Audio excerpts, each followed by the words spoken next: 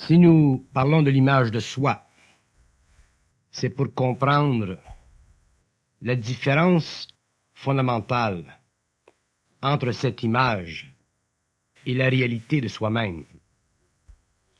L'ego se crée une image de lui-même afin de se rassurer, afin de s'assurer une continuité psychologique dans l'évaluation de son être.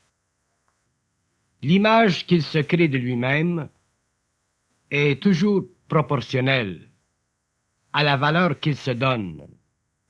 Mais cette image n'est pas nécessairement réelle, c'est-à-dire qu'elle n'est pas le produit de sa conscience intégrale. Elle est le produit du besoin de sa personnalité de s'affirmer, de se définir, afin de s'assurer une continuité. L'homme intégral, l'homme nouveau, l'homme conscient, n'a pas besoin d'image de lui-même. Il deviendra une image pour le monde, mais il n'aura pas besoin lui-même d'image. Pourquoi? Parce que se créer une image de soi révèle d'une façon ou d'une autre une insécurité égoïque. Et cette insécurité égoïque devient la couleur de l'image. Elle devient la matière utilisée par l'ego pour donner à l'image une certaine configuration. Donc, quelle que soit l'image qu'on se donne de soi-même, elle ne peut jamais convenir à notre réalité. Avec l'évolution de la conscience de l'homme, avec la disparition des tendances naturelles de l'ego à se créer des attitudes face à lui-même, l'image que l'homme a besoin de lui-même sera remplacée par la manifestation créative de sa conscience sans aucune réflexion égoïque. Et cette manifestation de l'inconscience sera d'une nature, d'une qualité qui ne peut pas être réfléchie égoïquement, donc qui ne pourra pas donner à l'être une image de lui-même. Tant que l'homme se donne ou se crée une image de soi, il projette dans le monde une fausse réalité. Il projette dans le monde une qualité d'être qui n'est pas terminée, qui n'est pas finalisée.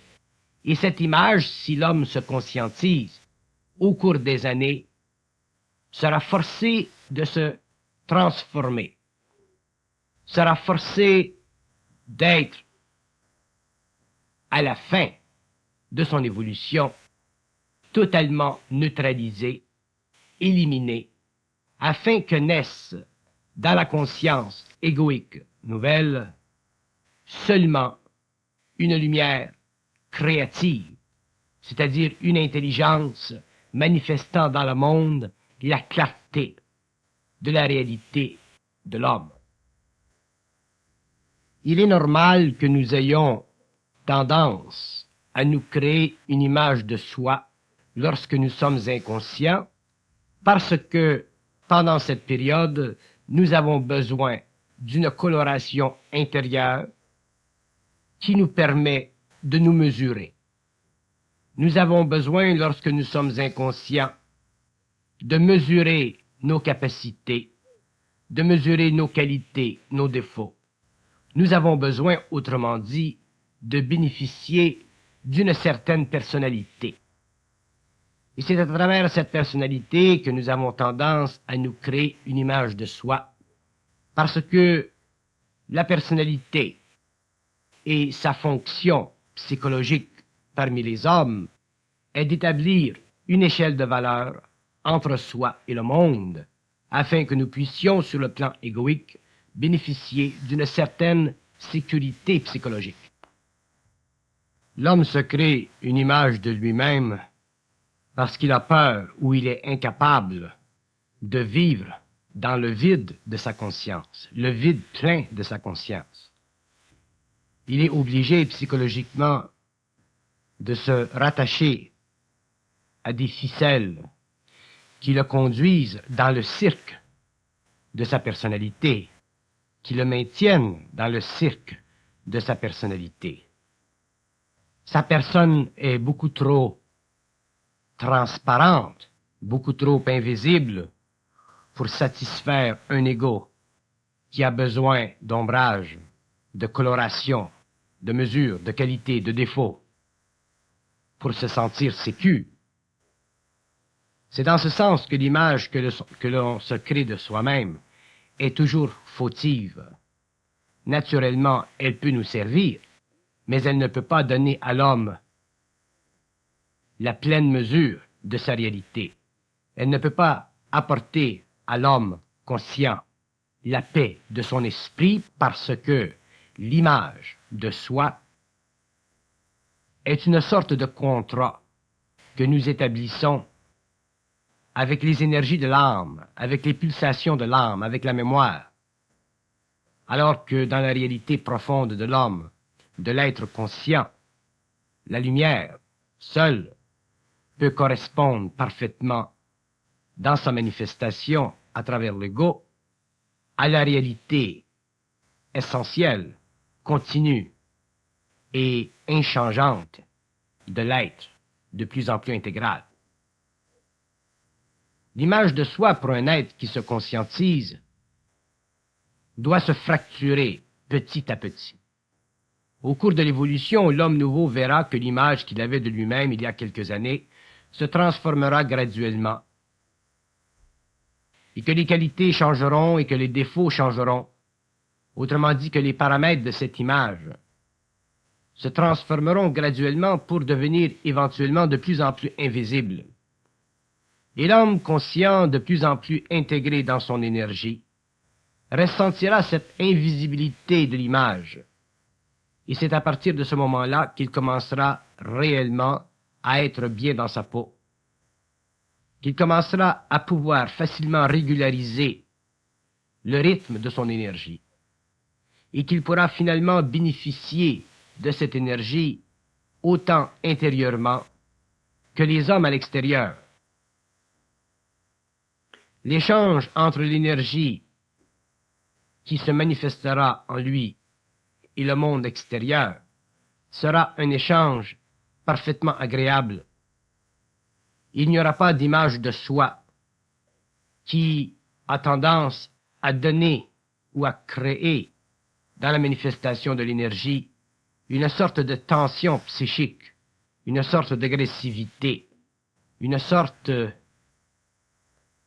de force qui n'est pas réelle, force qui souvent est le résultat d'une réaction psychologique à une impuissance incarnée. L'image de soi est un tampon entre nous-mêmes et notre réalité. Elle est un tampon qui est temporaire. Elle est une façon temporaire pour nous les hommes en évolution de nous réaliser. L'image de soi convient à la personnalité parce que la personnalité qui est mécanique en soi a besoin de se mesurer à un mythe, à une coloration, à une esquisse qui fait partie de nos désirs intérieurs. Donc la personnalité et l'image de soi vont très bien ensemble. Mais l'homme nouveau passera du stage de la personnalité à la personne. Donc l'image de lui-même, forcément, sera obligée de connaître l'oblitération. Elle sera forcément amenée à disparaître de sa conscience égoïque pour ne laisser derrière elle aucune trace de subjectivité, donc aucune impression de personnalité. Pour que l'homme en arrive à pouvoir vivre au niveau de l'absence d'image de soi, pour qu'il en arrive à vivre simplement de la fusion de son énergie avec lui-même, il lui faudra graduellement au cours de l'évolution apprendre à vivre d'une façon réelle, c'est-à-dire apprendre à vivre par rapport à la manifestation créative de son énergie et non par rapport à l'intention subjective de l'ego de rendre cette énergie créative. C'est l'énergie, le mouvement créatif et intelligent de l'énergie, qui doit prendre place de façon primaire et fondamentale dans la conscience de l'homme, et non pas ses désirs de devenir créatif. L'homme ne peut pas devenir créatif sur le plan mental supérieur à partir du corps de désir. Ceci fait partie d'une transmutation. C'est le résultat d'une transmutation. C'est le résultat de sa capacité de se débarrasser de ses voiles, donc de se débarrasser ultimement de l'image qu'il se fait de lui-même. L'esprit ne peut pas parfaitement cohabiter avec le périsprit, c'est-à-dire que la conscience créative, la lumière de l'homme, ne peut pas parfaitement se manifester lorsqu'il y a dans l'homme des ondes, de la subjectivité, de la coloration, de la mémoire subjective, de l'image, de la personnalité. Pour que l'esprit se manifeste parfaitement chez l'homme, il faut que ces aspects subjectifs de la conscience involutive disparaissent. Si vous vous demandez comment ces choses, ces aspects de la conscience involutive peuvent-ils disparaître, eh bien, ils disparaîtront dans la mesure où l'homme, ou l'ego, sera capable de supporter le mouvement puissant et subtil de l'esprit sans en être affecté, sans réagir sur le plan psychologique de l'ego de façon inconsciente. Autrement dit, dans la mesure où l'homme sera capable de supporter le temps de l'esprit, l'énergie de l'esprit, le mouvement de l'esprit, cette énergie créative transformera son être et l'amènera inévitablement à un nouveau point de conscience, à une nouvelle étape de conscience. L'homme découvrira un taux vibratoire supérieur. Il réalisera une conscience qui est plus grande que l'image de soi. Il réalisera une intelligence qui est instantanée, mais une intelligence qui n'est pas colorée par la personnalité. Donc, évidemment, dans ce processus transformationnel, l'homme devra souffrir la pénétration de son esprit. Selon sa capacité de souffrir son esprit, selon sa capacité de bénéficier, de vivre, de cette proximité avec l'aspect réel et cosmique de sa conscience, il bénéficiera d'un mouvement plus rapide vers la personne. Et l'éloignement qu'il connaîtra de sa personnalité lui fera reconnaître effectivement que l'image qu'il avait de lui-même était une image temporaire, primaire, nécessaire à l'équilibre psychologique de l'ego, mais insuffisante à la manifestation créative de sa conscience cosmique. Le processus de fusion chez l'homme est, à long terme, un processus de matérialisation de l'esprit. L'esprit, avec l'évolution future, se matérialisera chez l'homme, c'est-à-dire qu'il deviendra transparent à travers l'homme. Et pour que l'esprit devienne transparent à travers l'homme, pour qu'il transpire à travers l'homme, pour qu'il se manifeste à travers lui, évidemment, l'image de soi devra disparaître. Et c'est la présence ou l'agrandissement du champ d'action de l'esprit qui créera cette disparition de l'image que l'on a de soi-même. L'homme ne peut pas par lui-même éliminer l'image de soi, mais il peut subir, au cours de son évolution, cette élimination. Il peut la vivre, il peut la réaliser, il peut la sentir.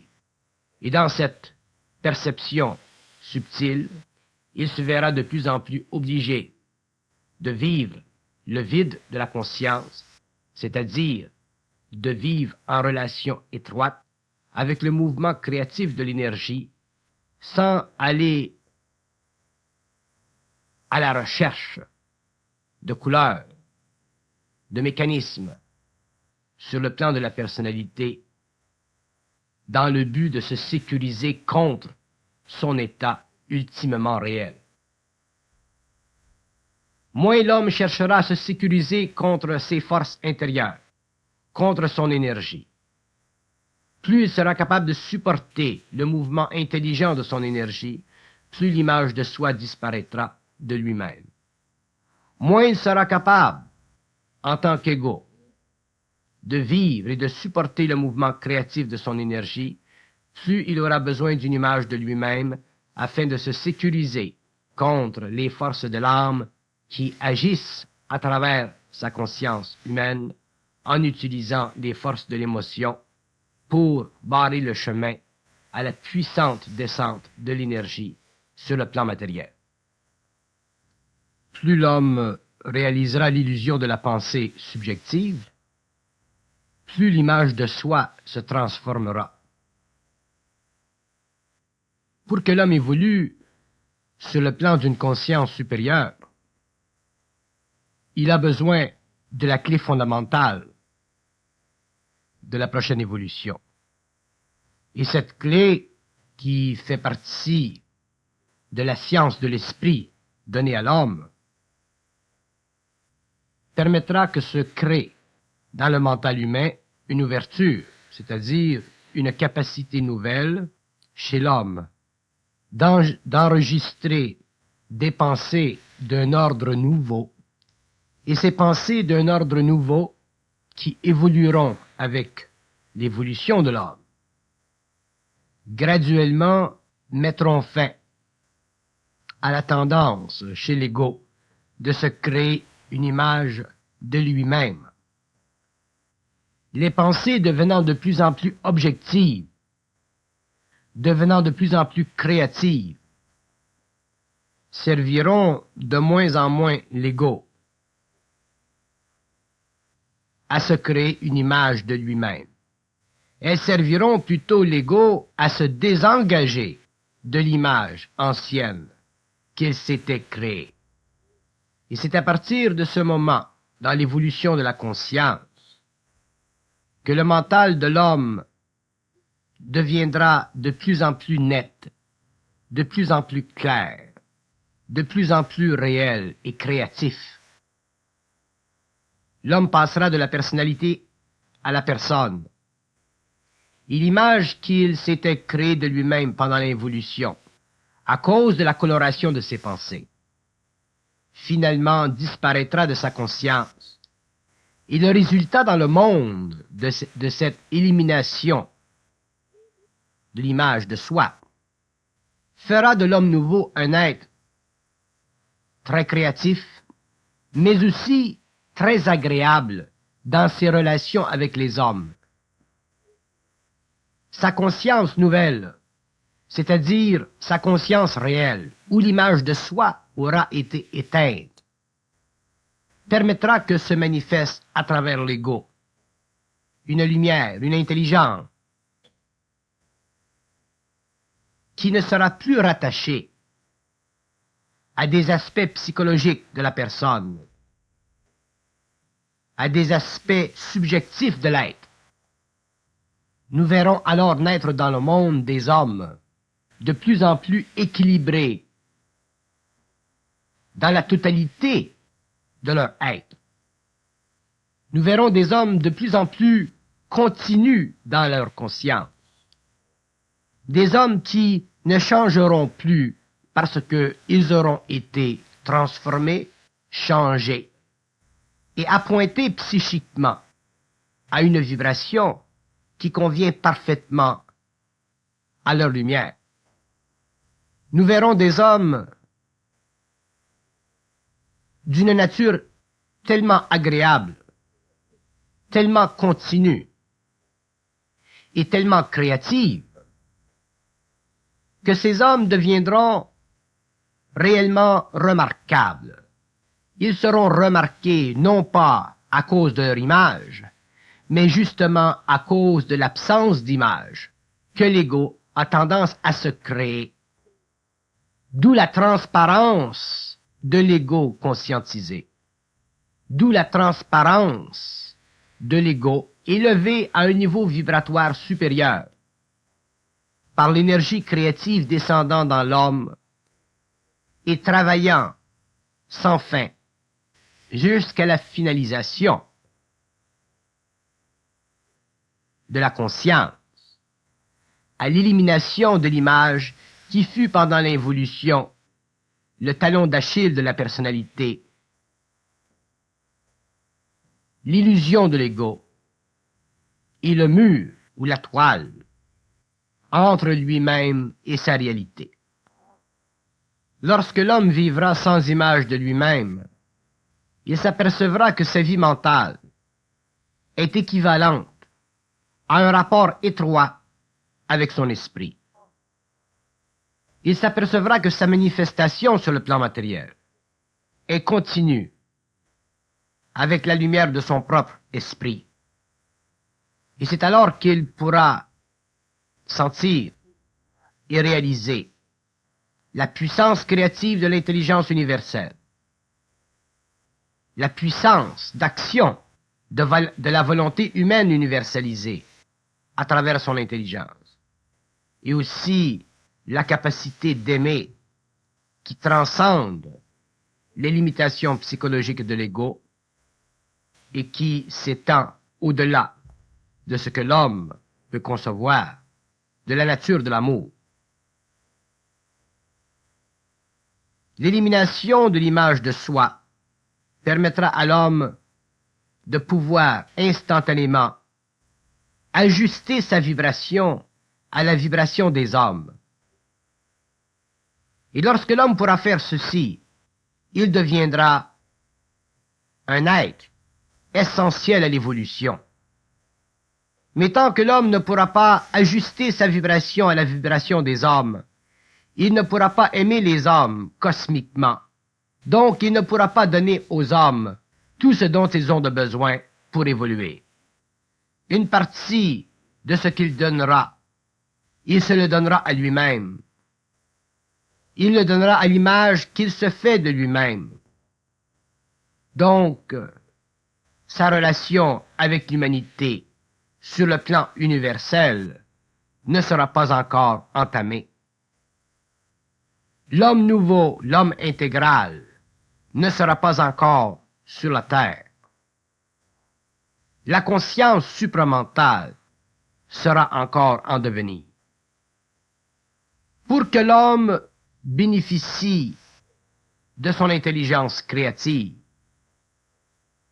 l'image qu'il a de lui-même doit totalement disparaître, c'est-à-dire que la conscience égoïque doit dépasser les limitations psychologiques de l'ego pour entrer dans la conscience sans limite d'un ego transformé par son propre esprit, par l'énergie du double, par la pensée objective, créative, ou, pour employer un autre terme, par la raison objective. Tant que l'homme a une image de lui-même, il empêche son esprit d'agir à travers lui. Il empêche le double de se manifester créativement. Donc il est forcé de demeurer actif en utilisant seulement les aspects subjectifs de sa conscience. Il n'est pas capable d'utiliser l'énergie créative de sa conscience.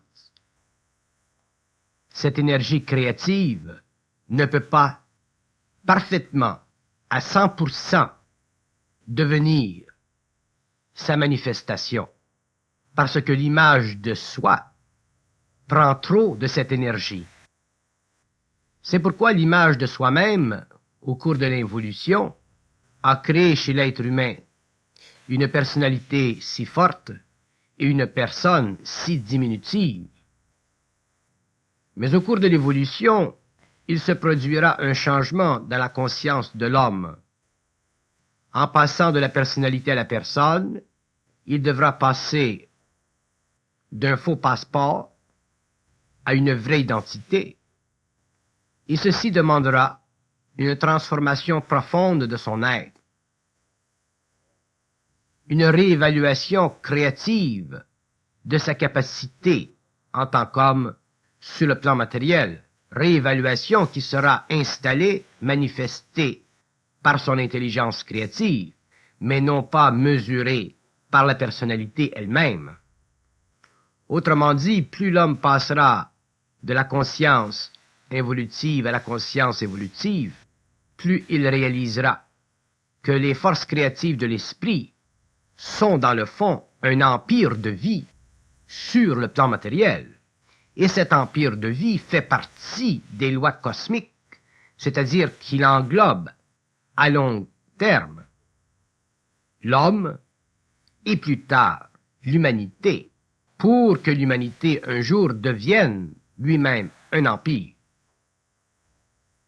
Mais sur le plan personnel, l'empirisation de l'homme, c'est-à-dire la fusion de l'homme avec l'énergie, ne peut pas se faire tant que l'homme disposera subjectivement d'une image de lui-même qu'il voudra garder à cause de l'insécurité fondamentale et profonde de son ego.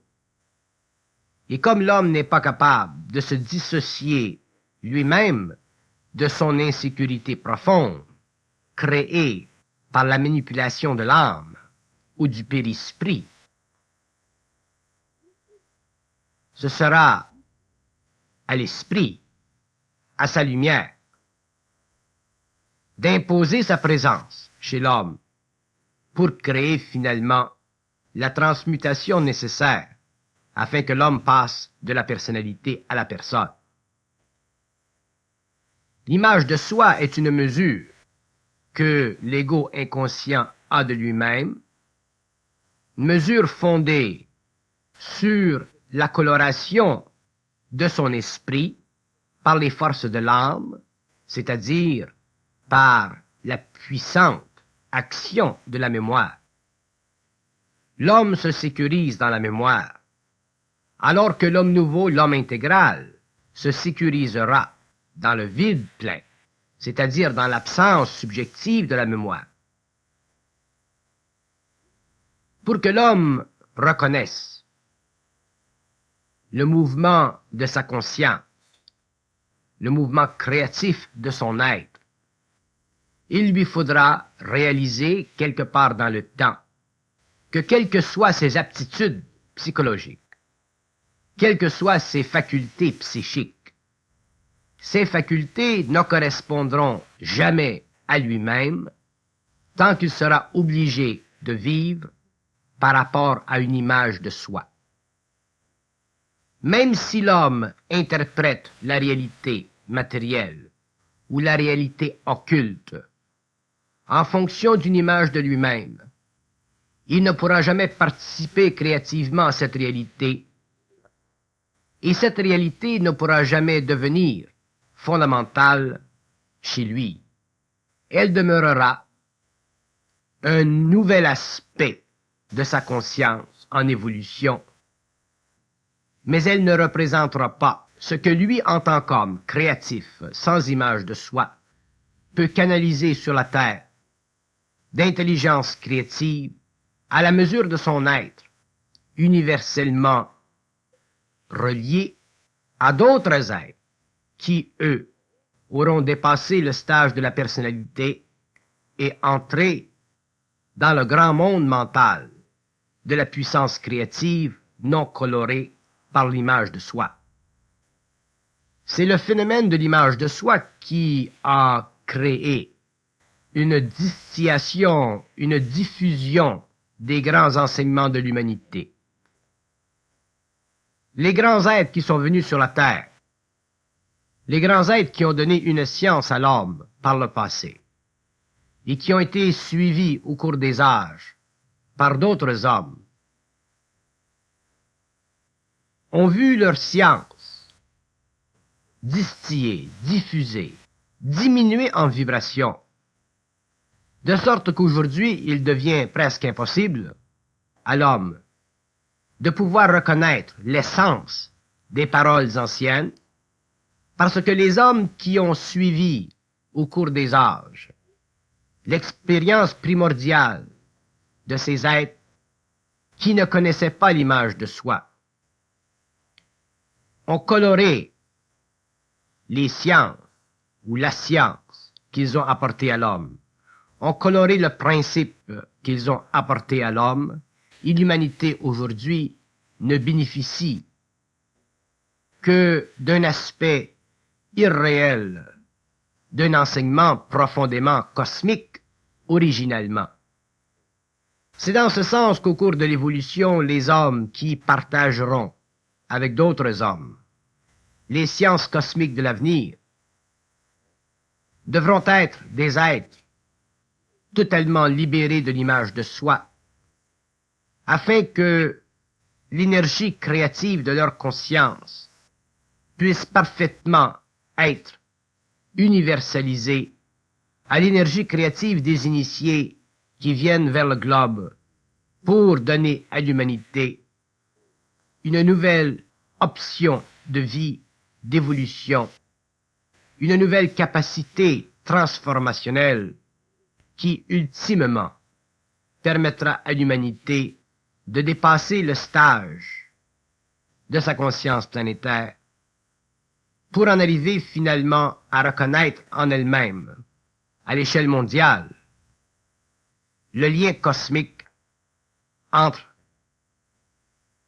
l'homme, la lumière, la conscience totale de l'humanité et la conscience cosmique de l'infinité.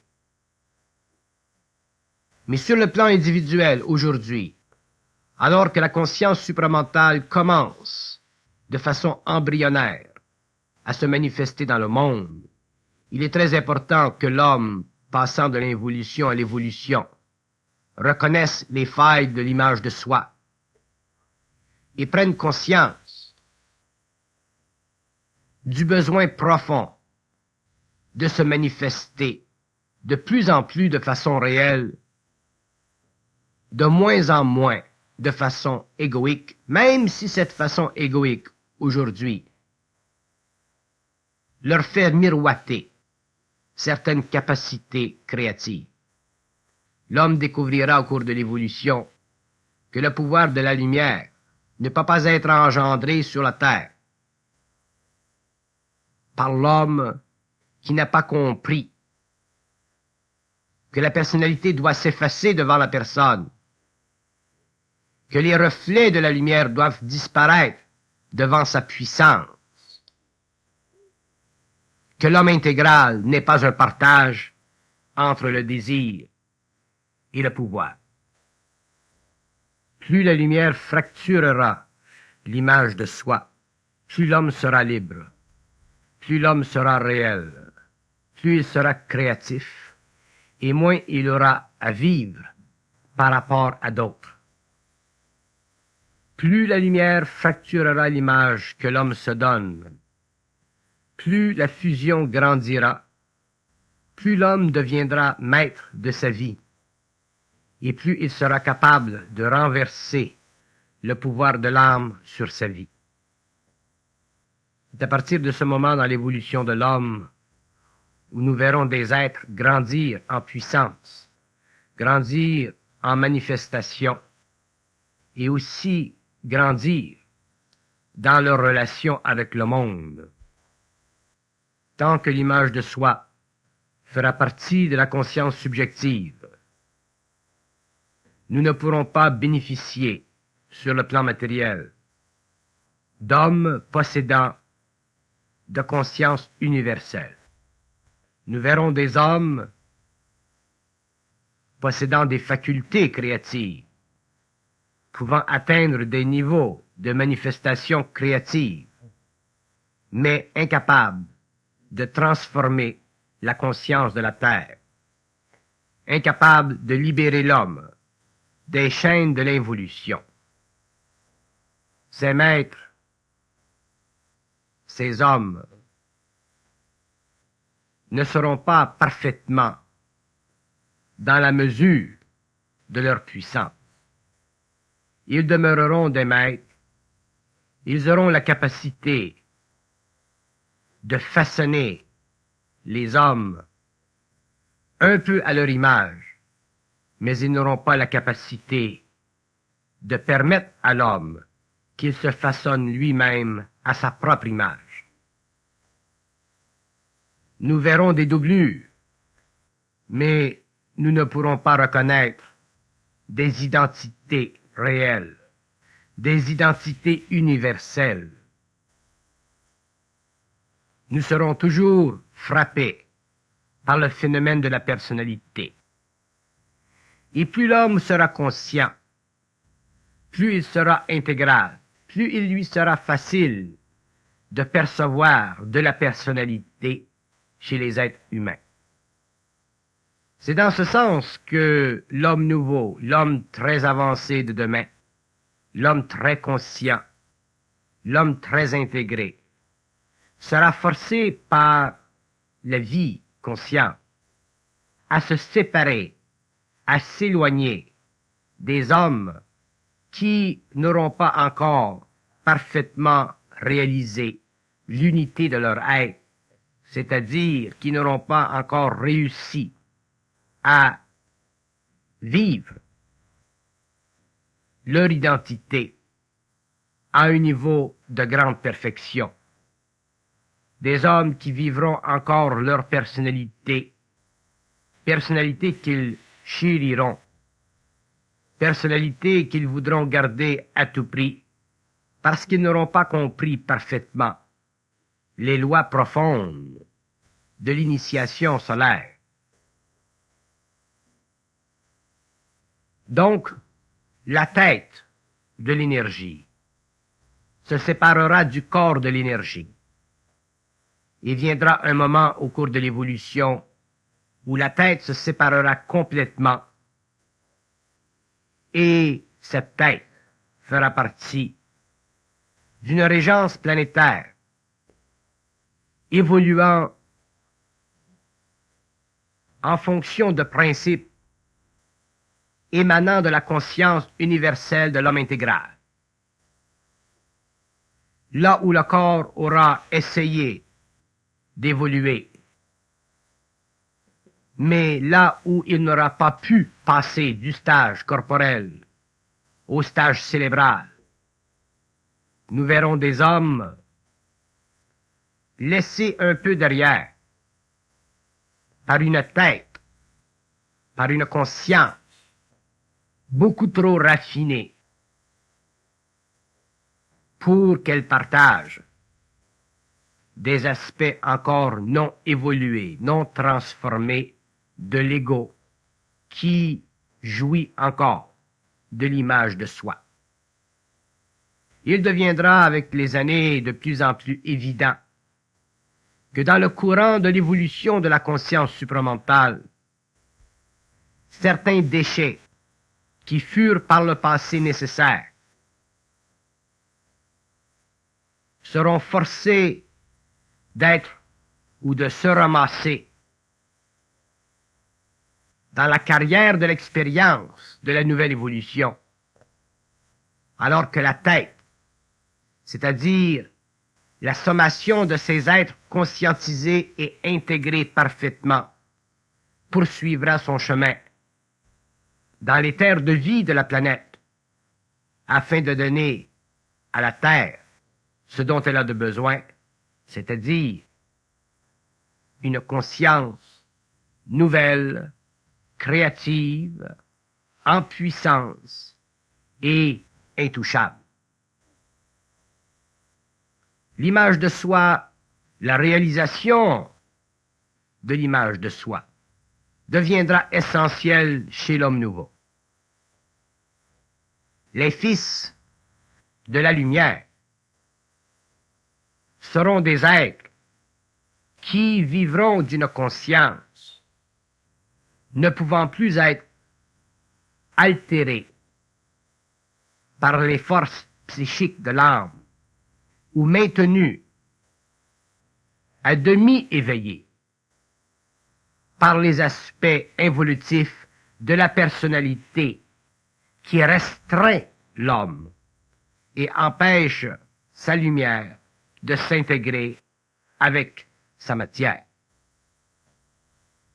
Donc, l'image de soi que nous avons fait partie de la composante planétaire de notre conscience, bien qu'il soit normal chez l'homme involutif de vivre d'une telle image, il sera reconnu au cours des générations que la conscience supramentale est un aspect cosmique de la relation entre l'homme et la matière, et que la personnalité ne peut, à aucun niveau, interférer avec la puissance de la personne.